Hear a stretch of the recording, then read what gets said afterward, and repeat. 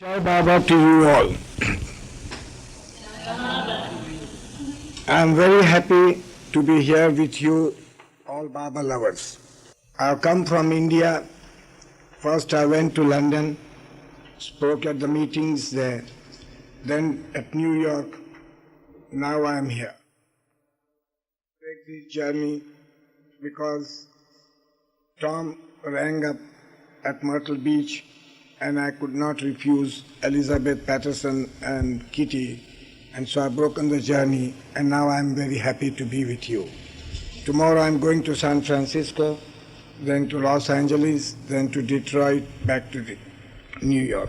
My son is at San Diego, and for the last 8 years I have not met him and his family, so I got to be sometime there. Then I again go to Washington, Boston, New York, and back to India. Today, you all, Baba lovers, all over the world, are in a very happy position.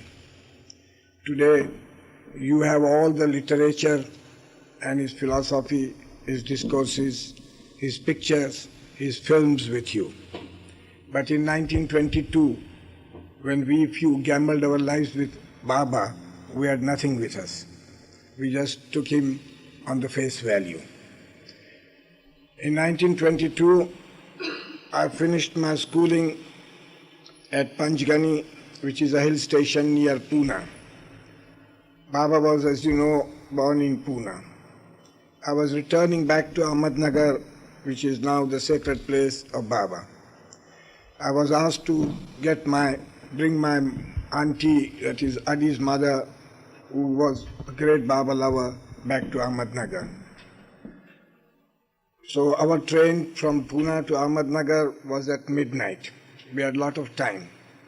So she asked me that she has to meet one gentleman.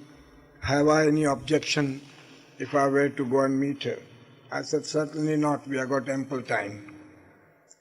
We went in a tonga to a far end of Pune with trees and bushes round.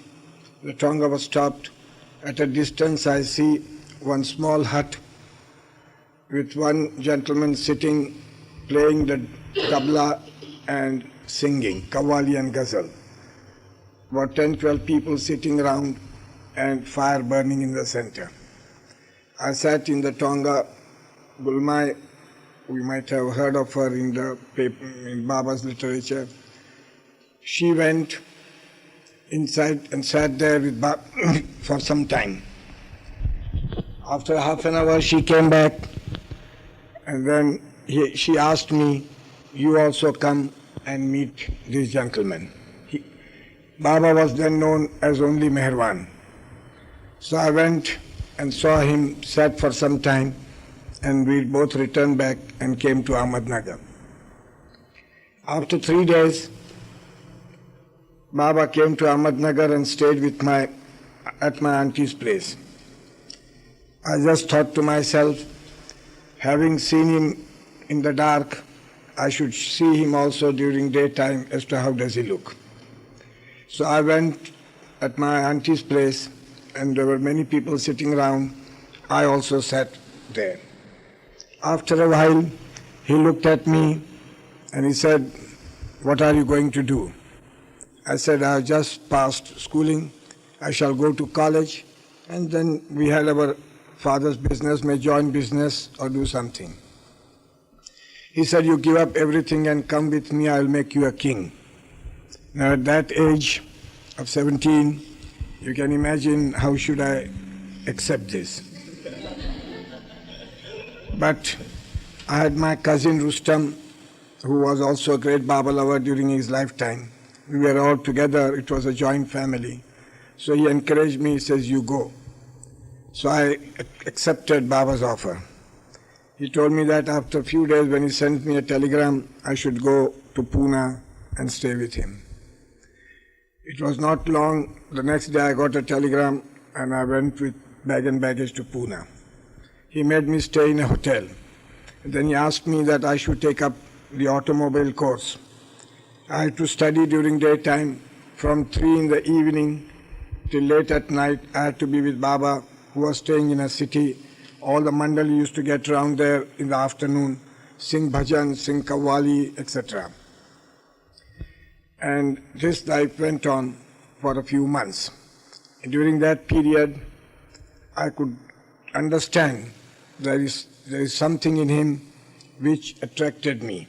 I couldn't express myself at that time as to what it was, because I was too ignorant of all these things. During that period, he also took us to Upasni Maharaj, who was Baba's master. We went there, came back.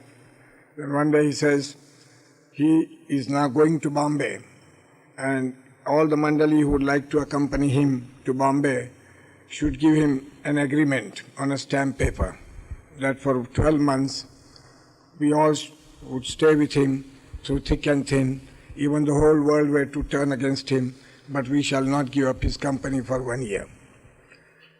That agreement was just a binding. We were so young that was a fright for us, that we have entered into an agreement so that we may not give him up. So we all signed the agreement. Then the second agreement was signed that Baba with us all was to go from Pune to Bombay on foot, a distance of 120 miles.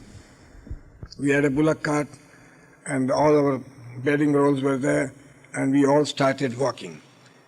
Baba was a very fast walker, and it was only I who could keep pace with him. So we started our journey one morning. Baba used to stop at odd hours anywhere under a tree on the roadside or nearby a river.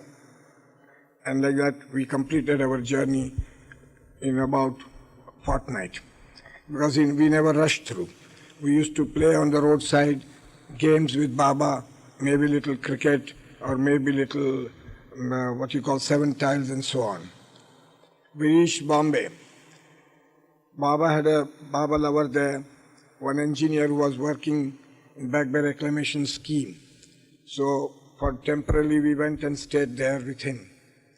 Afterwards, on the outskirts of Bombay, that is Dadar, he hired out a big bungalow, and inside all the rooms were partitioned so that 2 could be accommodated comfortably in each room. That place was known during our stay there as Manzil-e-Mim. Manzil-e-Mim means the house of the God.